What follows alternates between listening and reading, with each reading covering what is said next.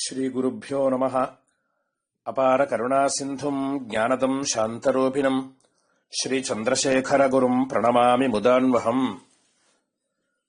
புராணங்கள் என்கிற தலைப்பிலே கருட புராணத்திலே நமக்கு என்னென்ன தர்மங்களை வியாசாச்சாரியால் அனுகிரகம் செய்திருக்கார் அப்படிங்கிறத பார்த்துன்னு வரோம். அப்படி கருடசுவாமி பகவானிடத்திலே நமஸ்காரம் பண்ணி, நான் 14 லோகங்களையும் சுற்றி பார்த்துன்னு வந்தேன் யமலோகத்தை தவிர. அங்கே நான் பார்த்த விஷயங்களை, நான் பார்த்த சம்பவங்களை தங்களிடம் பகிர்ந்து கொள்ளணும். எனக்கு இருக்கிற சந்தேகங்களுக்கு தாங்கள்தான் நிவர்த்தி சொல்லணும் என்கிற பிரார்த்தனையோடு வந்திருக்கேன் அப்படின்னு கருடசுவாமி பகவானிடத்திலே சொல்லி நமஸ்காரம் பண்றார்.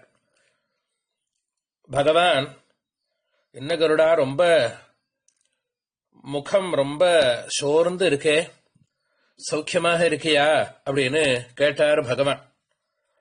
சௌக்கியமாக இருக்கியா அப்படின்னு கேட்கிற. அப்படி கேட்கணும்னு சாஸ்திரம், தர்மசாஸ்திரம் சொல்ற பொழுது, பிராமணம் குஷலம் பிருச்சேத் க்ஷத்ரபந்து மனாமயம் வைஷ்யம் க்ஷேமம் சமாகத்ய சூத்ரம் ஆரோக்கியமேவச்சா அப்படின்னு தர்மசாஸ்திரம் காண்பிக்கிறது. பட்சிகள் பிராமணர்களை பார்த்தால் சௌக்கியமாக இருக்கலான்னு கேட்கணும். க்ஷத்ரபந்து மனாமயம், க்ஷத்ரியர்களை பார்த்தா தேசம் நன்றாக இருக்கான்னு கேட்கணும். சௌக்கியமான க்ஷத்ரியன்ட்ட கேட்கப்படாது, தேசம் ஆரோக்கியமாக இருக்கா அப்படின்னு கேட்கணும். வைஷ்யம் க்ஷேமம் சமாகத்ய, வைஷ்யனை பார்த்தால் பணங்காசோடு நல்லா இருக்கியாப்பா அப்படின்னு கேட்கணும். சூத்ரம் ஆரோக்கியமே வச்சா, மற்றவர்களை பார்த்தால் ஆரோக்கியமாக இருக்கேளா அப்படின்னு கேட்கணும்னு சாஸ்திரம். அப்படி கேட்கிறார் பகவான். பிறகு ஏதோ உங்களுடைய அனுகிரகத்தினால இருக்கேன்னு சொல்லி கருடசுவாமி தான் பார்த்த விஷயத்தை சொல்லிட்டு வரார். மயா விலோகிதம் சர்வம் ஜகத் ஸ்தாவர ஜங்கமம் பூர்லோகாத் சத்யபர்யந்தம் புரம் யாம்யம் வினா பிரபோ பூர்லோகः சர்வலோகானாம் பிரச்சுரः சர்வஜந்துஷு மானுஷ்யம் சர்வபூதானாம் புக்திமுக்தியாலயம் சுபம் அத்தः சுக்ருதினாம் லோகः நபூதோ நபவிஷ்யதி. 14 லோகங்களையும் நான் பார்த்து வந்தேன்.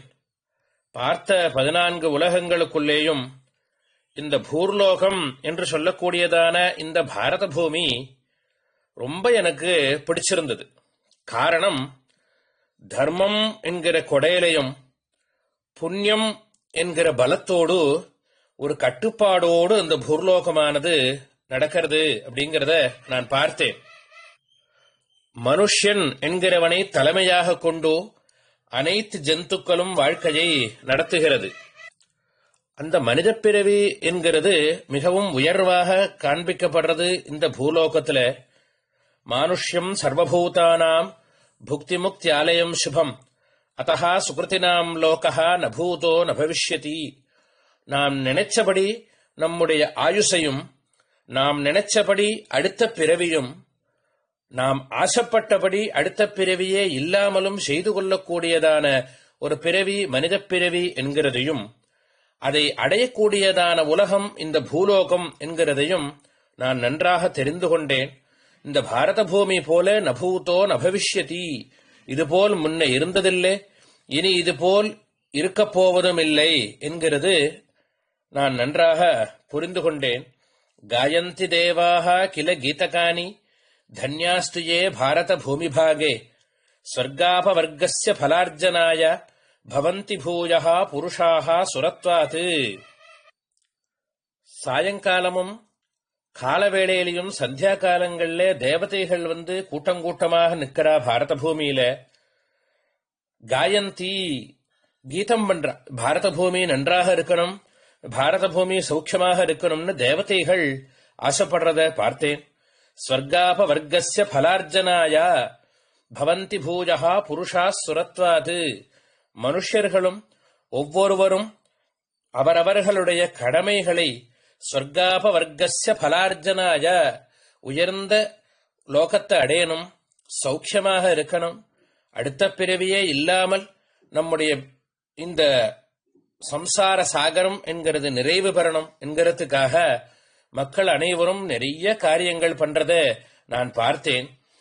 இதுல பார்த்ததுல எனக்கு என்ன கேள்வி வந்தது, சந்தேகங்கள் வந்ததுன்னா, அப்படி ஆசைப்பட்டு வாழ்ந்தன வந்த அந்த மனுஷனுடைய தேகம் கீழே விழுந்த பிறகு அந்த தேகத்திற்கு சில சம்ஸ்காரங்கள் செய்யப்படுறத பார்த்தேன். சம்ஸ்காரம் என்று சொன்னால் சுத்தி பண்றதுன்னு அர்த்தம். அப்படி அந்த தேகத்தை சுத்தி செய்து நிறைய இடங்கள்ல ஸ்வர்ணத்தை வச்சு தங்கங்களை வச்சு அக்னியிலே ஹோமம் பண்ணி அந்த ஹோமம் பண்ணப்பட்ட அக்னியில அந்த தேகத்தை கொடுக்கிறத நான் பார்த்தேன். பந்துக்கள் அனைவருமாக சேர்ந்து, குழந்தைகள், அந்த நகர மக்களோடு சேர்ந்து இந்த அளவுக்கு அந்த சரீரத்திற்கு ஒரு மரியாதை செய்யறத நான் பார்த்தேன். பிறகு என்ன நடக்கிறதுன்னு நான் பார்த்ததுல ஒரு வருஷ காலம் அதை செய்யப்படுறது. அந்த ஜீவனை உத்தேசிச்சு நிறைய காரியங்கள், அவைகளெல்லாம் எதற்காக செய்யப்படுறது, அந்த செய்யப்படக்கூடிய காரியங்கள்னாலே ஜீவனுக்கு என்ன விதமான பயன், அந்த பலனை ஜீவன் எப்படி எடுத்துக்கிறது, அந்த ஜீவன் மேற்கொண்டு எங்கே செல்கிறது என்கிறதெல்லாம் நாம் பார்த்து எனக்கு நிறைய சந்தேகங்கள் வந்துட்டது.